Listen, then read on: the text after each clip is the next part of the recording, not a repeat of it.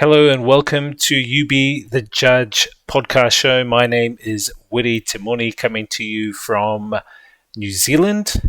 Our guest today is Daegon Magus. Hopefully I said that correct. He is an astral warrior, spiritual alchemist, among other things, and an author of an eye-opening autobiography labeled Astral Warrior.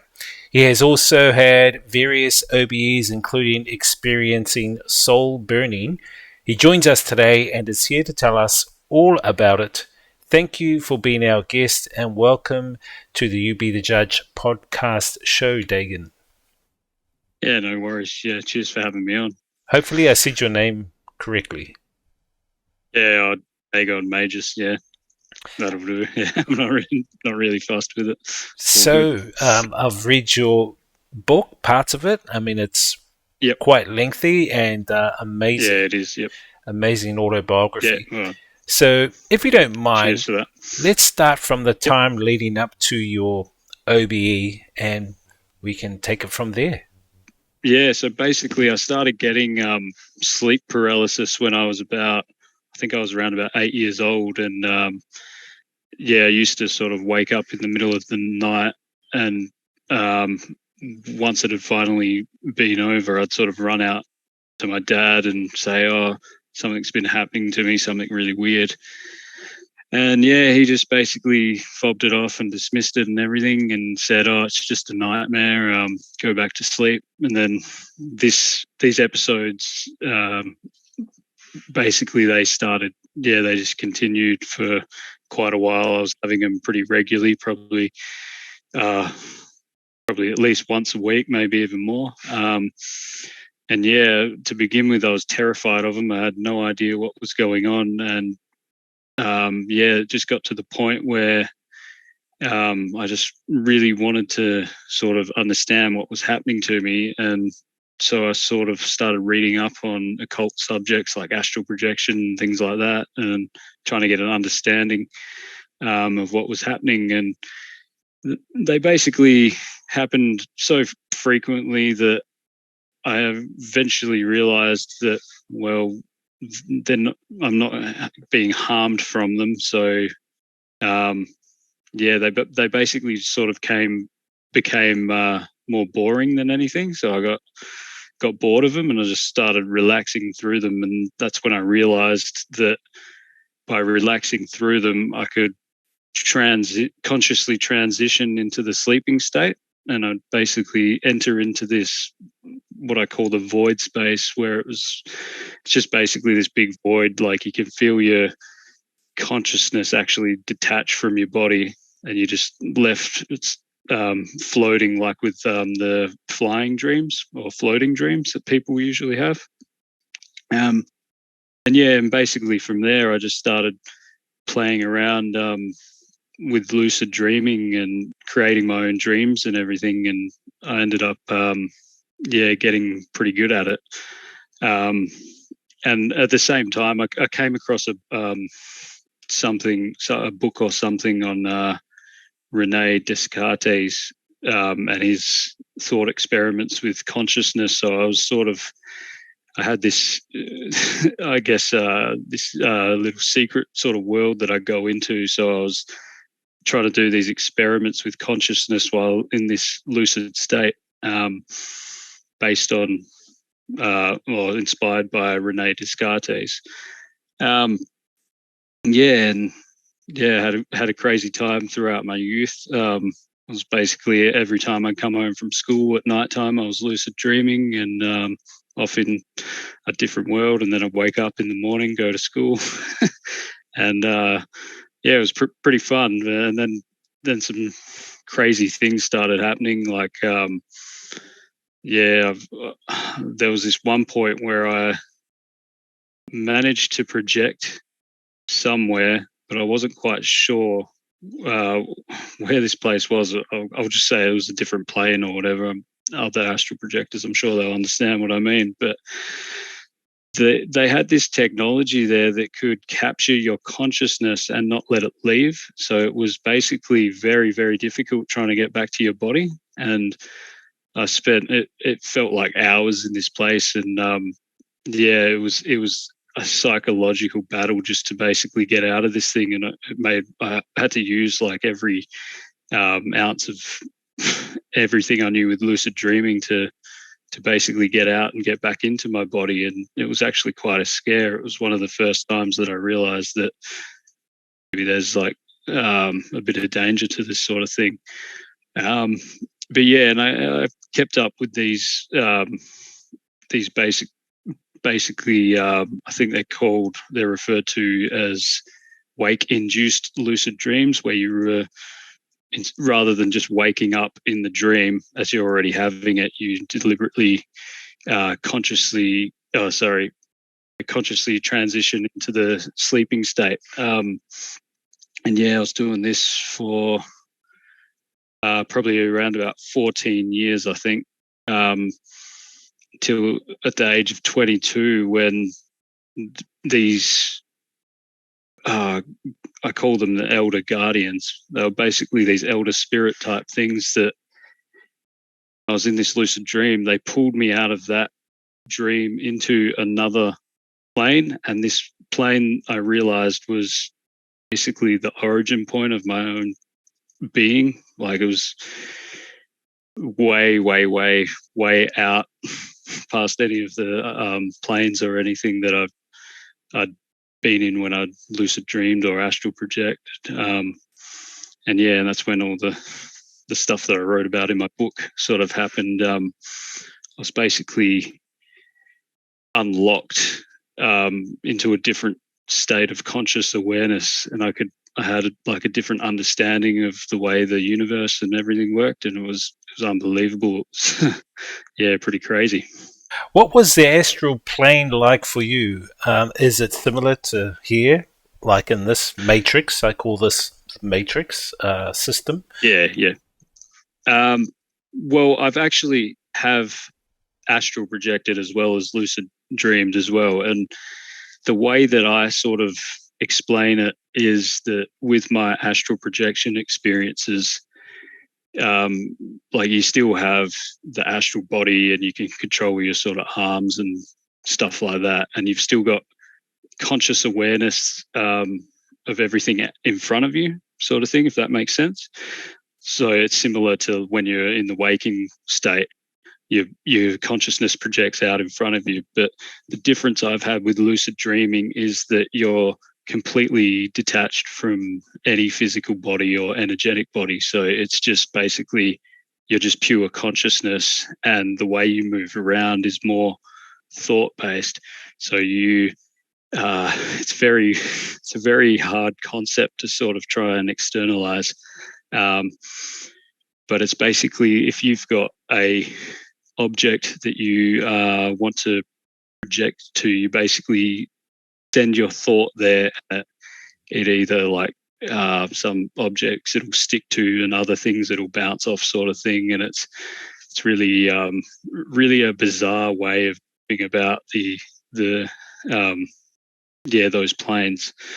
But yeah, that's the sort of difference that I've experienced with the two.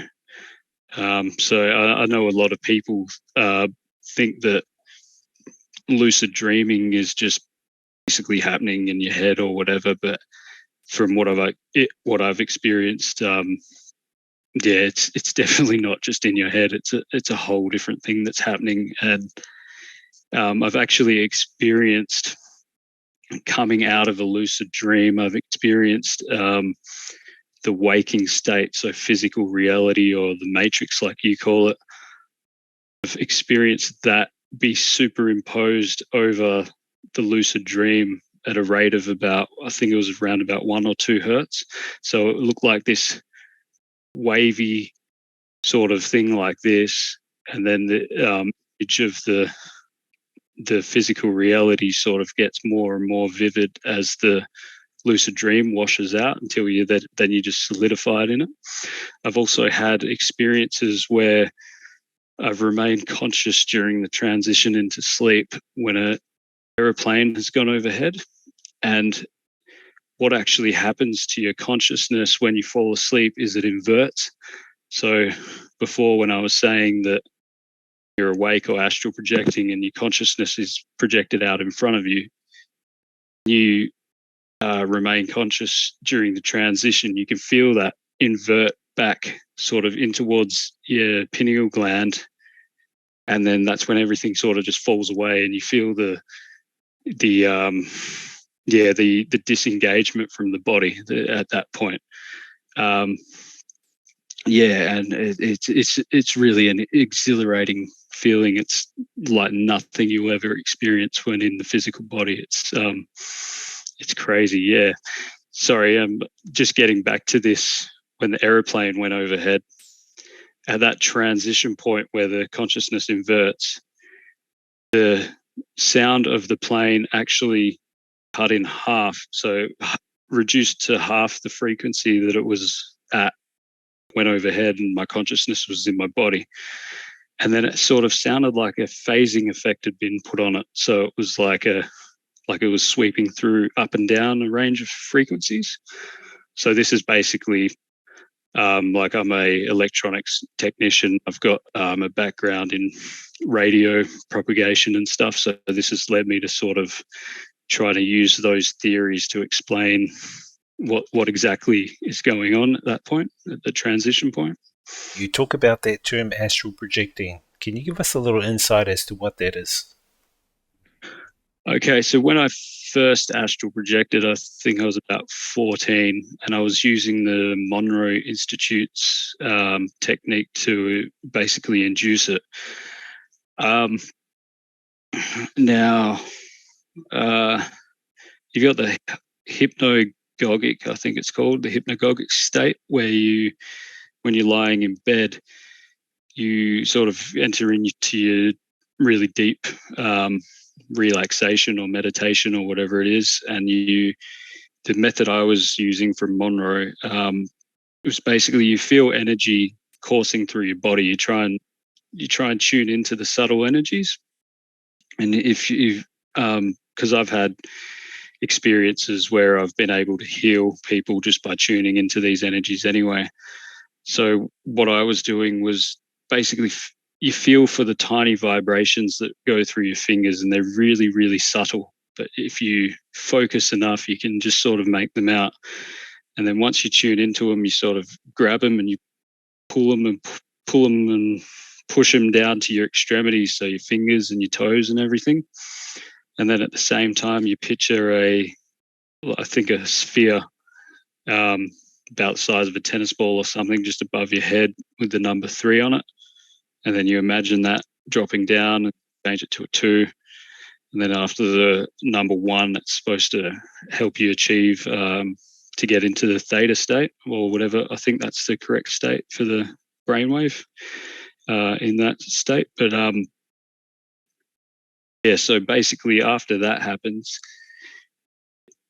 what I experience is it's like very, very loud tinnitus in your ears. It's the actual frequency that I liken it to is if you open a bottle of Coke or lemonade or something, you put your ear right up to it and you can sort of hear it fizzing. It sort of sounds like that.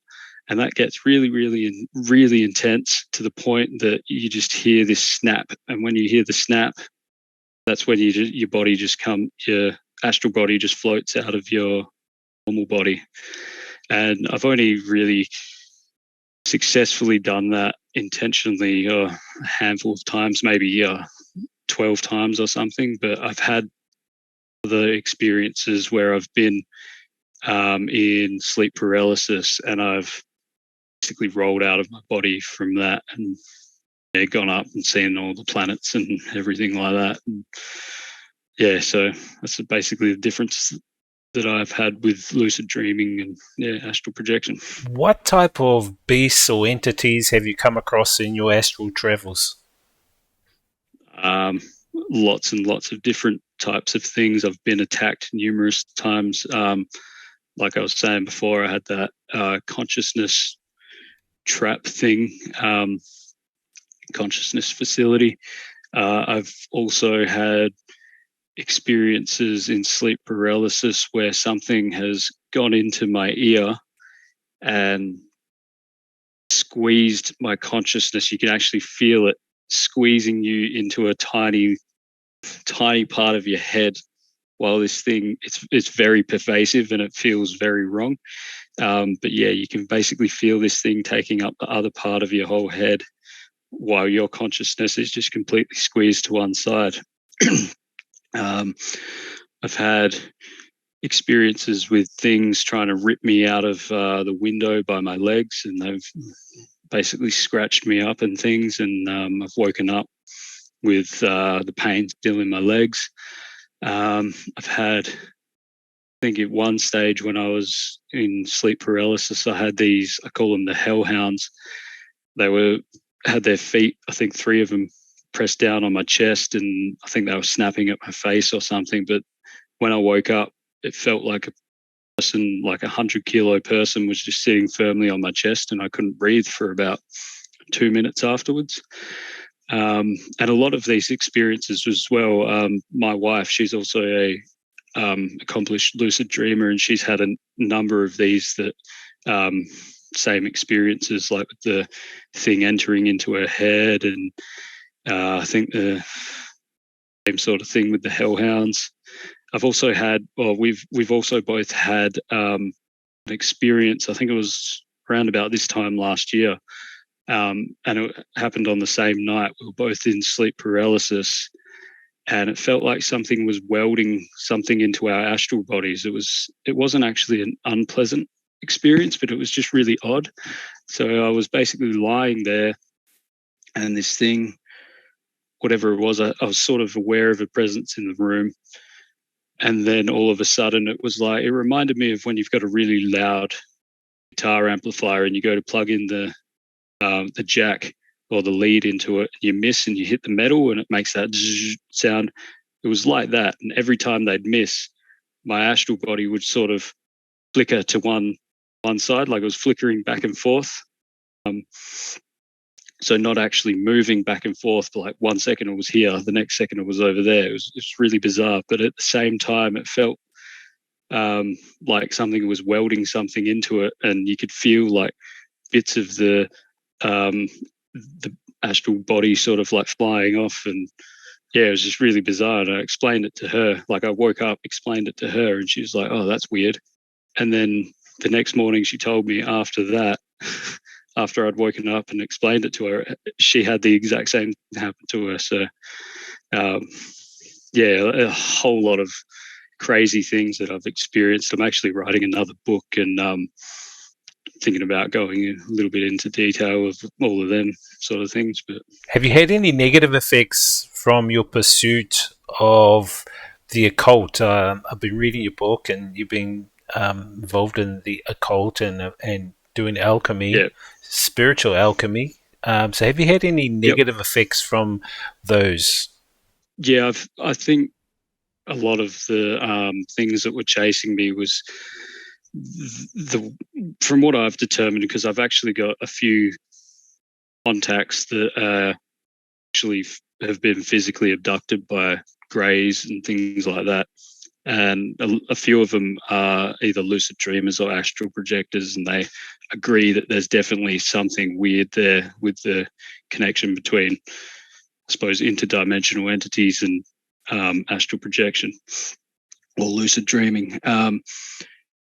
But my perspective is that what sleep paralysis is a intentional state of mind that's induced to stop consciousness from detaching from its body properly.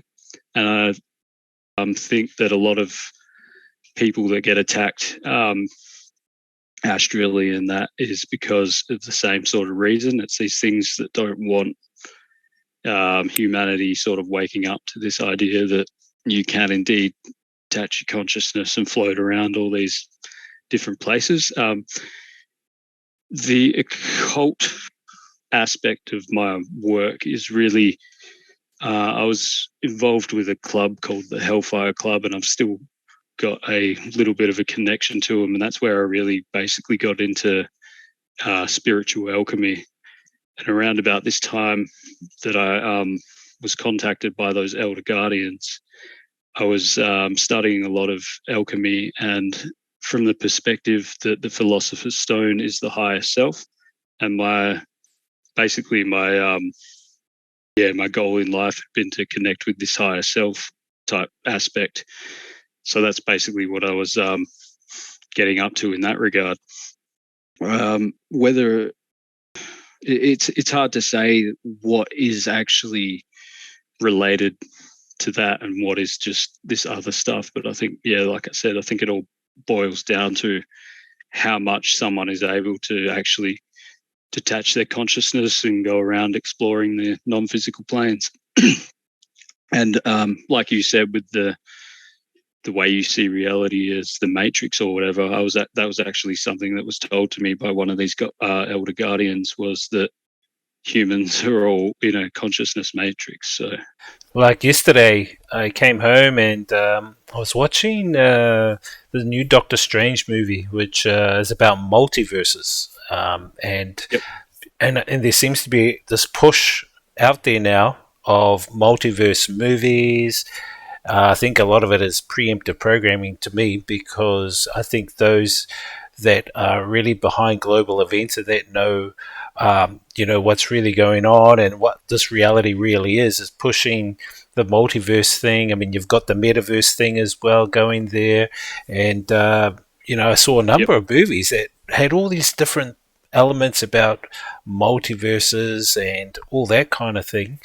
And and I'm not sure if you've seen it yourself, but there seems to be an awakening of people who are actually coming out of this matrix reality that we're in here, and actually now understanding that there is something more than this reality. There is something more than this universe. In fact, there are different levels, and in fact, there is the possibility that through a lot of people having NDEs, that there's a prime reality that we're actually from. And I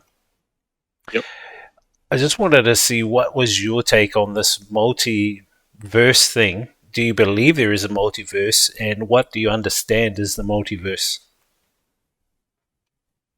Yeah, and that's a good question. And yeah, that's basically what I have a hard time explaining with this experience with these elder guardians. When I was unlocked into this higher state of awareness, I could actually see that, and I could see basically how things are created, like how those physical and non-physical realities were created. And that's what I'm sort of getting into with this other book, is sort of trying to put it at a level that explains it to I suppose the common man. I definitely agree with it. It's from my experiences, I definitely saw something that equates to that. Very complex. What I saw, the way I relate it is, if you picture you've got a piece of paper and a three-dimensional pencil that's tip. When you put the pencil on a piece of paper and you draw a line, that line is basically just a series of dots that are linked through time, or linked through the fourth dimension, or whatever you want to call it. What I basically saw was if you could imagine taking that out or up another dimension. So you've got, instead of a 2D plane, you've got a 3D plane, and your pencil dot becomes a sphere. And you could see the way the trace, the fourth dimensional trace of the sphere as it's carried through, the fourth dimension or whatever. And then you've got all these other sort of, it's like if you're drawing a picture. So if you're drawing a really complicated picture on a piece of paper, you don't just have one line, you've got a series of lines and squiggles and everything, and they all comprise the same thing. So this is basically what I saw, is this mesh fabric of reality that was made up of all these three-dimensional spheres that had been dragged through time. And it was absolutely incredible. And the sort of, I guess, argument that I'm trying to make is that this is the realm that we're originally from. This is how our consciousness is supposed to be. But something basically hijacked that. And that's why we're humans now, with a cut off from this state of awareness. We've got this lower awareness of things, so we can't perceive that stuff anymore. And my goal is to sort of try and explain my experiences to the point that people can reach that state, because I'm pretty convinced that it wasn't just a hallucination or anything. I'm pretty convinced that if people really apply themselves and stop worrying about materialism, worrying about the illusion of money and all that, and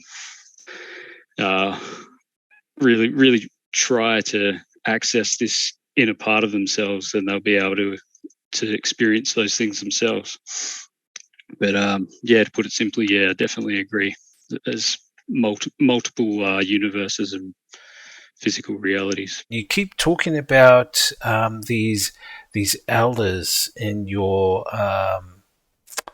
in your astral travels, and these elders in robes, and thousands of other people also say that they have met elders in robes as well from their NDE experiences on the other side. Some of them have died temporarily. They've gone over the other side, and they're met by elders in robes. Apparently 3 elders, some 4 elders.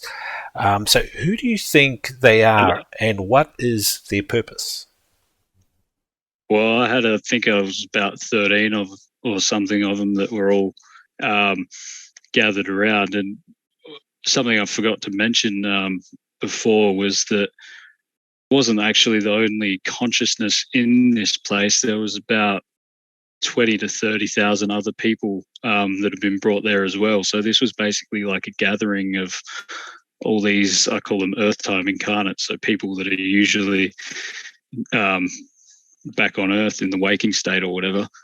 We basically were all brought before these elders to have this meeting, and what was being discussed was that humans are basically suffering from a spiritual amnesia.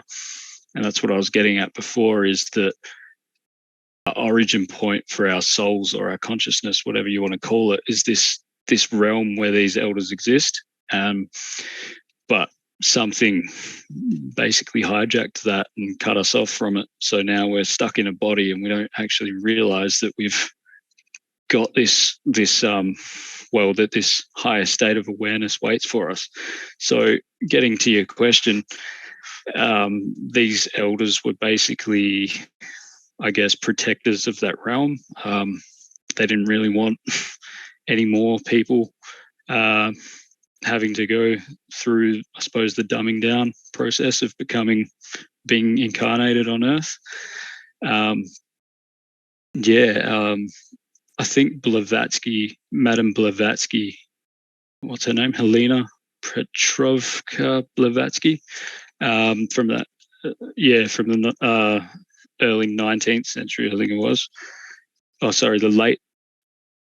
I always get centuries mixed up because of I think you got to add one to it or something. But she mentioned quite a lot about these ascended masters, and that's basically who I was trying to contact as well when I was doing all this spiritual alchemy and playing around with the idea that the higher self was the philosopher's stone, and that the 7 metals were actually metaphors for the 7 chakras.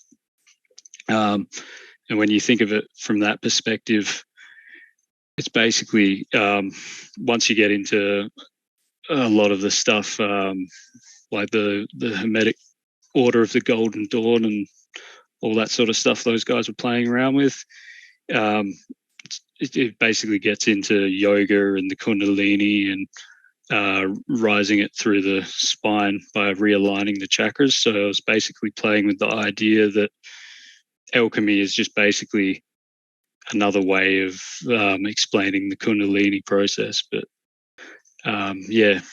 sorry, I think I'm going off on a bit of a tangent here. So basically, there's no doubt in my mind that these elders were the Ascended Masters. But I mean, again, they never gave me a name or anything. They're just, yep, we're here. We've got this to do. You could lucid dream. That's good. That means that people can contact you from the non-physical planes. That's something else they told me. They said that my abilities at lucid dreaming meant that they were able to have like a strong communication line between their realm and basically this realm. And what else happened there? There was the astral bodies apparently can be recoded. That was some other stuff I was doing there for them. They basically with this spiritual amnesia thing, they wanted me to use my lucid dreaming abilities because people who can lucid dream and astral project, they were considered highly revered by these elders, and they wanted me to use my abilities to basically rewrite some people's astral bodies. So the technology that they have is really incredibly advanced. Like, I talk about it, and then I realize afterwards we think of technology as like things like computers and TVs and anything with a electronic circuit in it. But once you get to those outer planes, the technologies that they have is concerned with consciousness and how they can interface things with consciousness. So they basically had this, I suppose it was an altar made out of stone, and you could go up to it, and if you went up to it, project your consciousness into it, and it basically gave you, like, you become one with that whole mesh fabric that I was talking about. And then from that, you can, basically reprogram people's astral bodies like that, like you're programming a piece of software or something. It's really, really out there, far out there, sort of stuff. And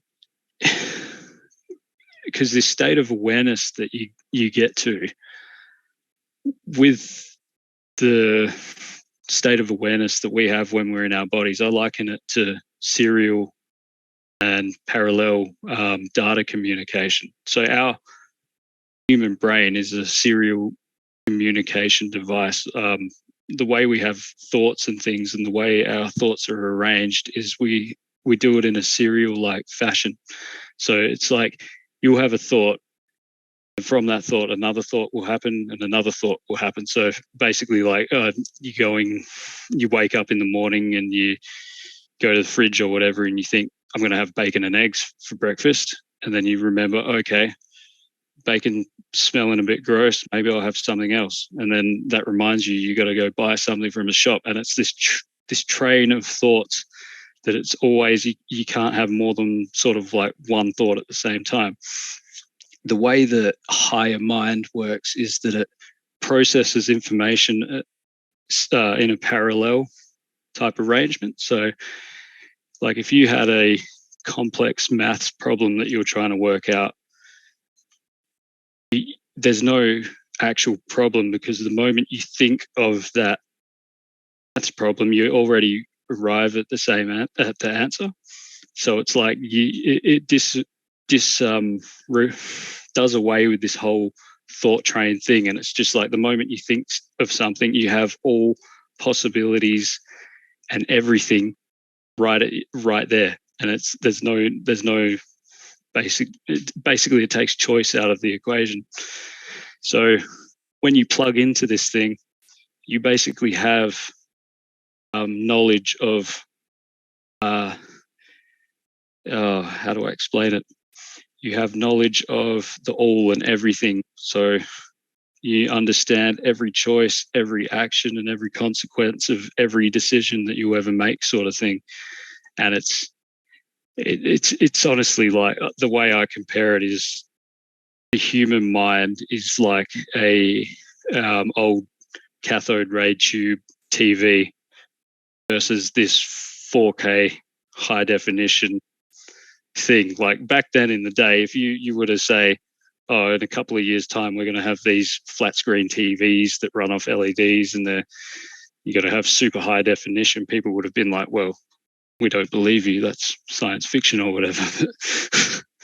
This is what consciousness is actually capable of, and that's the point that I'm trying to get across to people. It's really amazing when you connect to it. Yeah.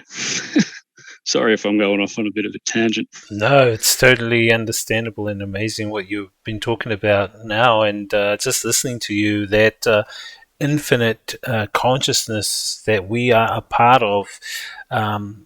People who have NDE say that they go back and they connect with that infinite. Some people call it God, some people call it the supreme being, and other different labels. But there is really nothing you can label it, because it is in its totality. It's something we can't actually comprehend. Which gets back to this, in this universe here, what do you think is the fabric of the universe? Well, like I was saying, I saw that fabric is that 4D sort of mesh of all these things, and I've actually got something that I've been working on that tries to explain from my perspective what I was sort of seeing. And just while you're on the subject of that supreme consciousness, I actually met that consciousness a few years later, because this experience with the Elder Guardians was actually the first of about 5 or 6 that happened over a 7-year period of time. So they basically just kept coming back to me and I suppose teaching me all these things about consciousness. And that included in that was unlocking memory of my own reincarnation. That was pretty full-on experience. But yeah, and I think a few years after that happened was when I met this I called it the Old Being, and it was basically this genderless. I think it took the form of a sort of like a human, but it was different. Like it was sort of like those typical depictions that you see in some movies. Like I think I can't remember off the top of my head, but yeah, basically this thing was just, I realized it was the consciousness that connected all other consciousness in the universe, and it was just incredible being in its path. And it basically said that it had been expecting me, and there were some things that prevented me from reaching him or reaching it sooner that were out of my control. And then we basically had a conversation about my destiny after this life and all that sort of stuff. And talking about destiny and this life, are you able to share with us what is your purpose here on Earth, and what will happen to you after you expire here on Earth? Well, basically, my purpose is to make what I know about consciousness known, to write about it and give it to whoever wants to read it, really. What happens to me afterwards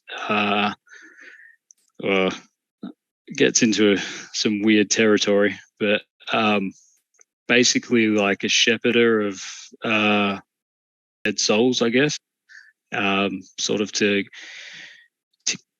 keep them away from the reincarnation cycle, because I think the whole reincarnation thing is these beings and these elders and things wanted it to come to an end. So basically to try and get people away from that and to get them back to this origin point of their souls, or whatever it is, whatever you want to call it, the infinite, the all and everything. It's basically the gist of it. Right, now, do you have any powers or enhancements as an astral warrior while you're in that state? Is it like a Jedi? Do you have any Jedi sort of stuff in your astral warrior state? Yeah, it's basically whatever I can think up, really. Like when I'm in my lucid dreaming state, I can just, if something is attacking me, I can just point at it and just basically, like throw it into a wall or just make it split it apart at atomic level or whatever sort of thing. I think people have a lot of fun doing that, a lot of other lucid dreamers. But yeah, in my astral state, it's nowhere near as sort of advanced as that. And there was actually when I had that experience with the Elder Guardians, there was a moment where there was this moon that was in the background, and I turned it blue, and that was sort of like my calling card to say, yeah, it's me, I can do that sort of thing. And then everyone after that, they're like, oh yeah, that's that guy. No big deal. Yeah, I've had some astral, I would say, journeys myself. I get myself into a certain state where I can even know that I'm actually in this astral state. So, my higher self actually knows, and my conscious self knows that I'm in this higher state. And it seems when I'm in those states, I can, if I'm conflicting with someone or a beast or whatever, I can send it away, or I can fly. I have a lot of flying ones, and you wake up and you kind of remember them. They're really, really, real vivid. Yeah, definitely. Yep. And to me, those are amazing. Now, you talk about in your book a little bit about this thing called soul burning. Could you describe like the process of soul burning? Do you think soul burning is some kind of hack to bypass past life amnesia? Yeah, definitely. That was what I was trained in. But basically, these Elder Guardians, when they came back, at the first experience I had with them back in 2012, there was 13 of them. But when they visited me over the years, it was only I call him the Grand Elder. He was like the I suppose leader, and it was only ever him coming back, and he'd sort of explain these things about consciousness and stuff to me. And yeah, I think it was about a year after that first experience in 2012. Because I've also, around the same time, I was also having these lucid dreams where I was going to these weird time travel towers, and it was like this training thing that was going on there, and it's really bizarre. It's like you divide it into two teams, and you have these sort of gun things, and you got to scale these towers like these skyscrapers, and at the same time shoot at each other. And if you get hit by one of them, you get consciousness just resets, and you end up back at the start. So I guess the whole point of it was to try and reach the top without getting shot. And these were happening like once a week or something. Like this was crazy. And the whole time I was like completely aware that I was sleeping and everything. My earth body was back in my bed. So yeah, around this same time, this Grand Elder showed back up, and he was putting me through like this other training thing, and it sort of happened as a recurring dream in the same sort of way, but it was a little bit different, because it's like if you watch a little snippet of a movie and then the next time you watch from the same point but a little bit more, a little bit more, and a little bit more. It was like that. It was like I was being fed information just a little bit more at a time. And basically I was taken to this plane where my own astral body had been zombified, and I had to start off with, I'd run away from it, and knew that I was here for some reason. I had to remember something, but I couldn't remember what it was that I was supposed to remember. So it was a catch-22. And every time this zombie version of myself touched me, I'd reset, like with the time travel training hour things. I'd reset back at the start. So then that had happened. It's like, oh, okay, wake up or whatever. then the next one would happen, and I'd reset, but then I'd reset, there'd be two of my zombie astral bodies there, and it's like, oh, okay. So it continues on, and then the more it progressed, the more zombified versions of my body I'd have. And then it got to the point where I had like thousands and thousands of these weird astral zombies of myself chasing me. And the Grand Elder, he was there guiding me, and he was like saying, I could hear him in my head, like talking to me and stuff telepathically. And he's like, okay, yep, you got to remember this and do this, rah, rah, rah. Then finally it got to one point where I realized, I could sense the thing that was controlling these. It was like a puppet master, and I could sense it because they were part of me. I could like feel them and connect with them, but they were devoid of any emotion or anything. So I realized that I needed to try and piss this thing off, whatever was controlling them. So I just basically like stopped and let them like jump on me and everything. And then instead of waking up, it had just reset me, and I'd have more of them, and I'd have to do the same sort of thing. And then it got to the point where I was just taunting at him and just saying like, oh yeah, F you sort of thing. And I could feel the rage from this puppet master coming through. Like, yeah, it was just frustration and rage. And then I thought, yes, that's my ticket. That's what I need to be doing. I got to annoy him so he stuffs up with this whole resetting business, because every time I was reset, it had stuff with my memory. So then finally they went to reset me, and I remembered that when they grab me, they take me to a chamber below this plane somewhere. It's like a really weird basement with like a big furnace and like medical chairs and stuff set up. And they put you in this chair, and then there's like this apparatus that they put around you, and they start electrocuting you with this apparatus. And like I said, I'm an electronics technician. I've been electrocuted before.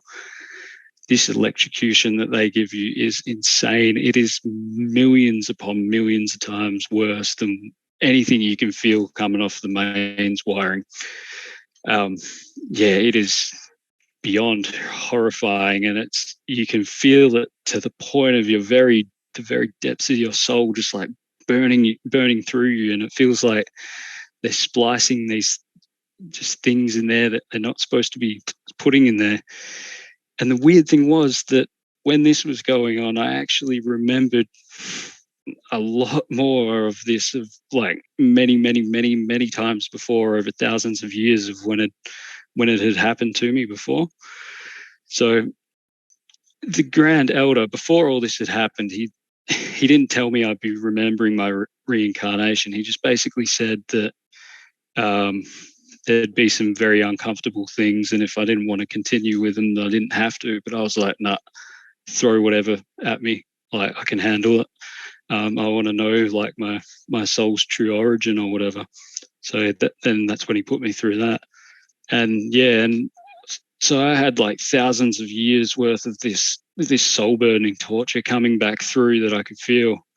And then I was like, that's what he wants me to remember. That's the process of reincarnation. And then once I'd made that connection to it, I was projected out into just basically astral space, I guess it was. Like, you could see a few stars and that in the distance, but it was mainly just a big void. And then, yeah, from that, it's like I felt that space, that vastness of space, just basically came in until I was enclosed in like a skin. And so it went from being the vastness of space to like this skin that was just surrounding me. I kicked out sort of thing, and I was like, oh, I'm a fetus. This is my incarnation. This was like a memory of my incarnation into this body. And yeah, after that, I basically woke up and wrote it all down and everything. It was like, oh, so yeah, that's the process of reincarnation, apparently. What?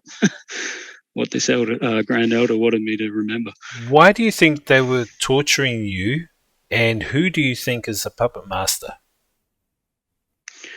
Well, all I was ever told was that the ones responsible for the spiritual amnesia, because this was the theme that was constantly being like when the Grand Elder would show back up, it was always in regards to this this spiritual amnesia sort of thing.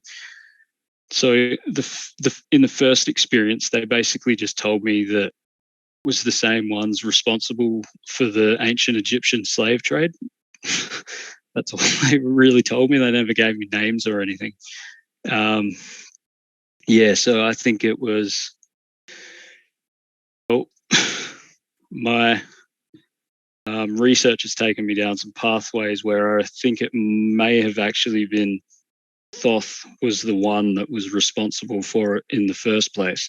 So I know that goes against a lot of the Hermetic ideas of alchemy coming from Thoth's emerald tablets and everything. But yeah, that's sort of where my research is at the moment, and I won't go into my sources for that. But some people like Ian Lungold, David Wilcox, who I've viewed many times, believe humanity on Earth are going through a galactic cycle of awakening. As the solar system moves more closer to the center of the galactic plane, we start to connect back to our pure consciousness, which emits from the galactic center, hence the mass awakening going on right now throughout the planet.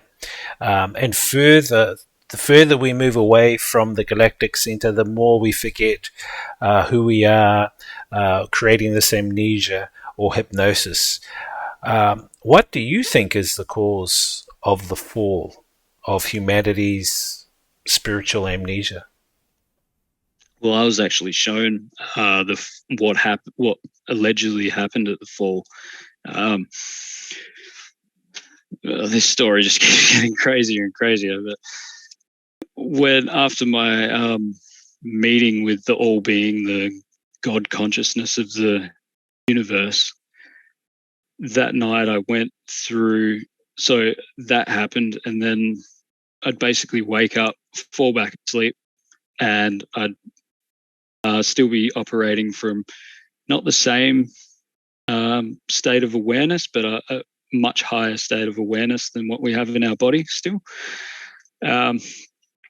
So I'd wake up, fall asleep, go back into this state of awareness, still be lucid dreaming and still consciously aware of my body and everything, sleeping. And then I'd been thinking about this in the terminologies. I think Starseed had come to my mind around about that time. So I'd never heard of that terminology before. So I was sort of keen to see what these guys reckon, because they were talking about this whole consciousness awakening thing and everything. And I was sort of wondering, is this spiritual amnesia related to this whole alien agenda thing that's going on Earth? So that's sort of where my mentality had been. So anyway, after this meeting with the God consciousness, I went back into this lucid dream, and this thing happened with my wife, but I won't go into that at the moment. But after that, the dream changed to me being on this bus with her, and we were going across what I think was the island that the Statue of Liberty is on. I can't remember the name of it. And it was basically, this bus was filled with people like military generals and alien abductees and all these people that had been had something to do with alien technology. They're supposed to be like the top brass of it or whatever. And the basic premise was that not one of these people had an absolute understanding of what was going on. So everyone was sort of trying to conglomerate at one meeting to share their stories of everything so they could try and work something out. We got to the island, and then there was more military people there, and they gave us a bunch of papers.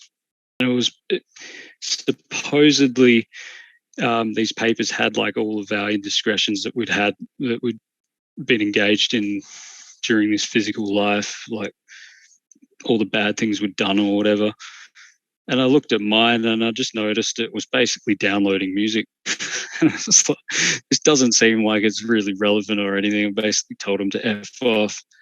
And then as soon as I did that, my surroundings changed, and I was basically met by this guy, and he was saying, "Oh, congratulations! You just passed your initiation into our astral-based organization."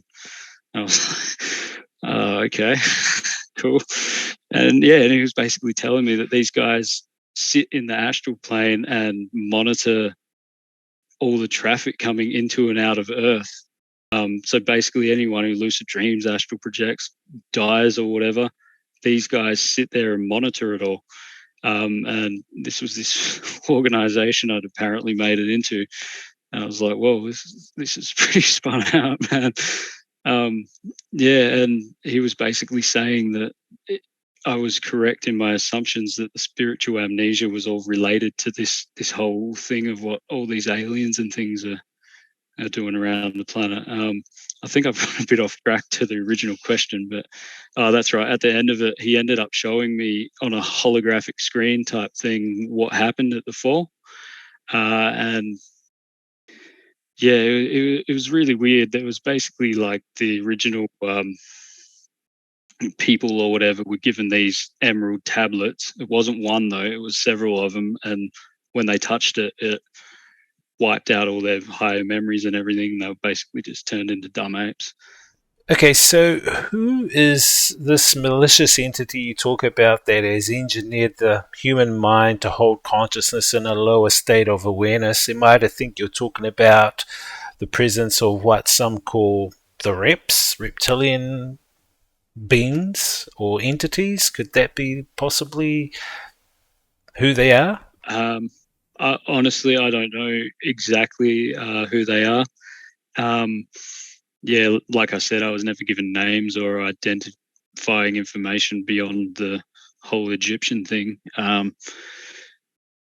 Yeah, I actually had a conversation with Linda Moulton Howe about a year ago, I think, just over a year ago, and she asked the same question: who I thought was responsible for this, if it was the reptilians and all that. But I honestly don't know.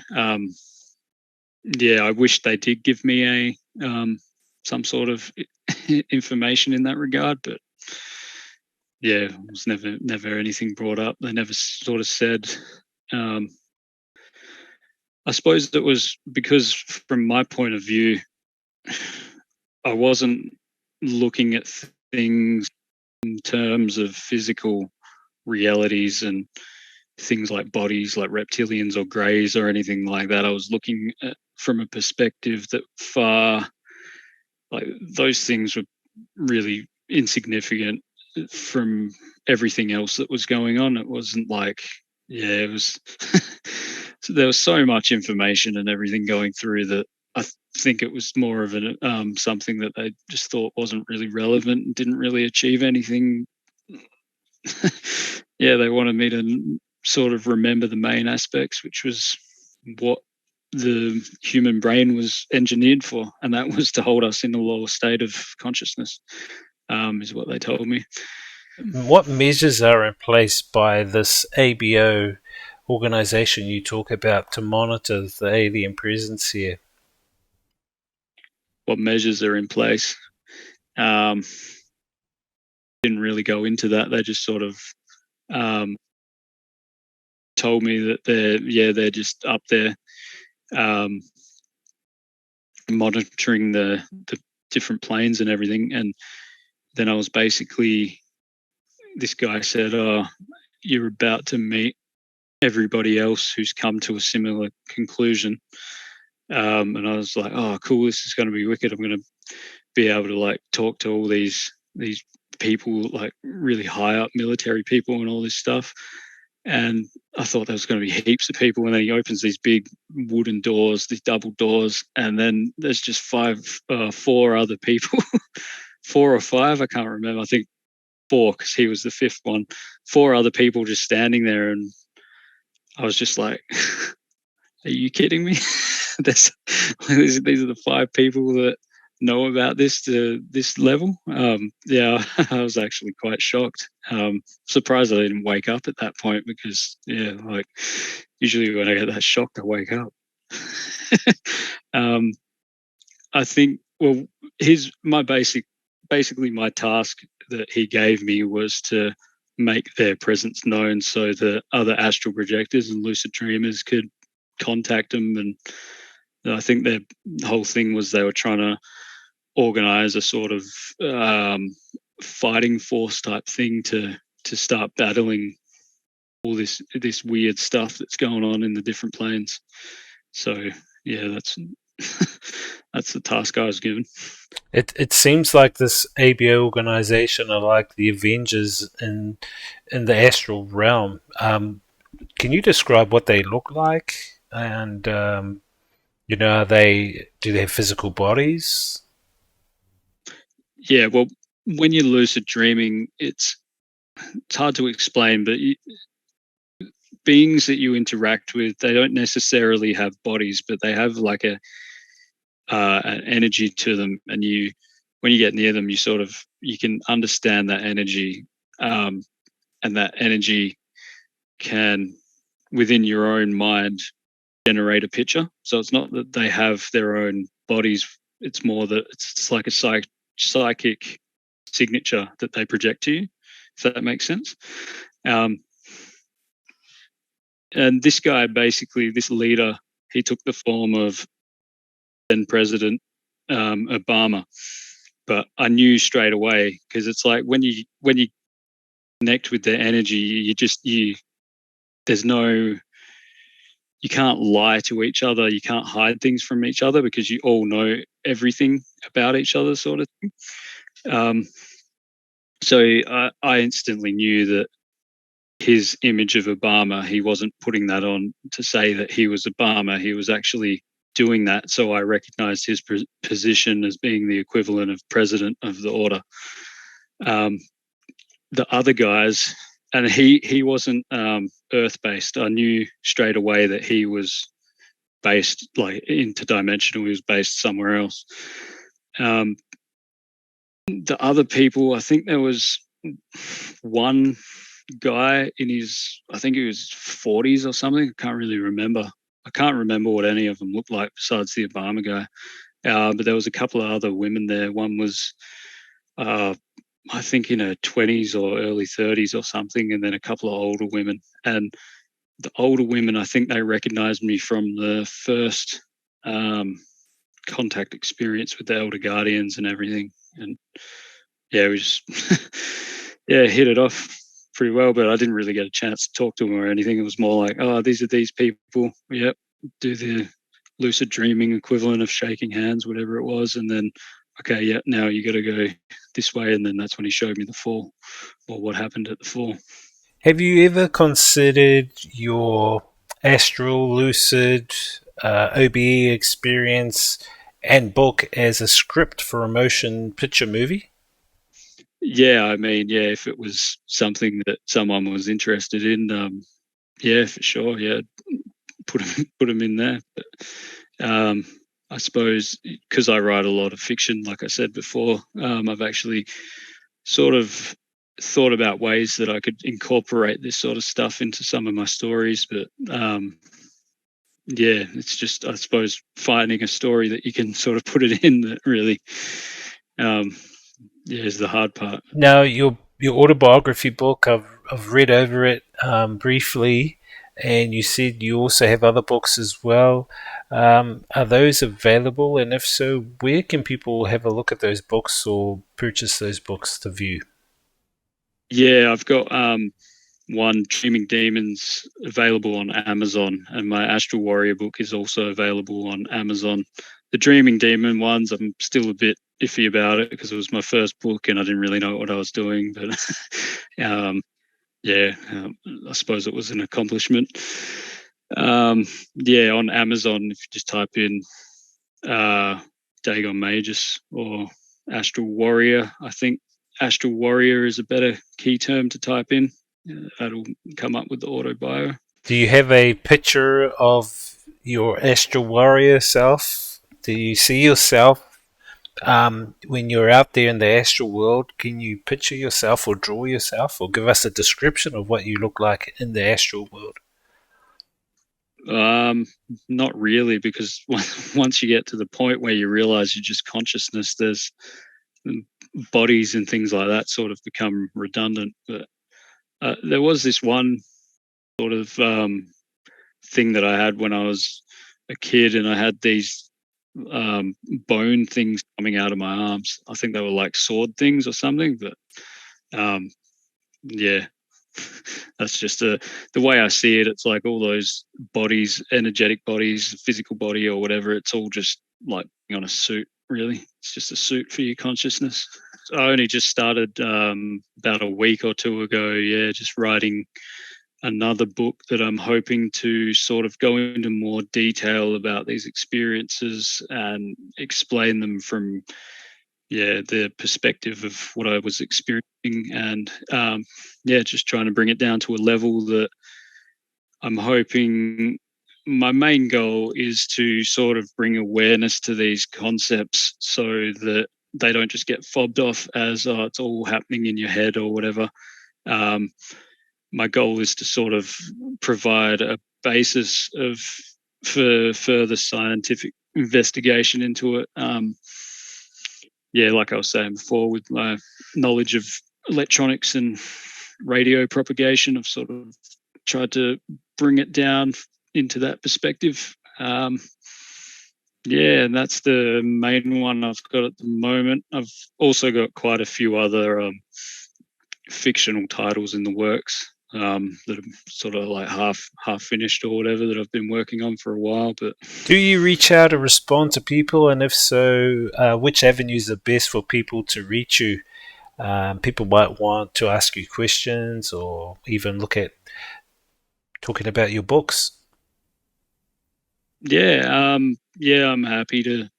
If people reach out to me, they email me. I've had a few emails. I'm happy to get back to them, talk about anything. If I can answer their question, I'll definitely try and answer it. I'm not offended by much, so people can pretty much ask anything. They don't need to be like beat around the bush or whatever, or think it's too sensitive a topic or whatever. I'm pretty easygoing and everything. So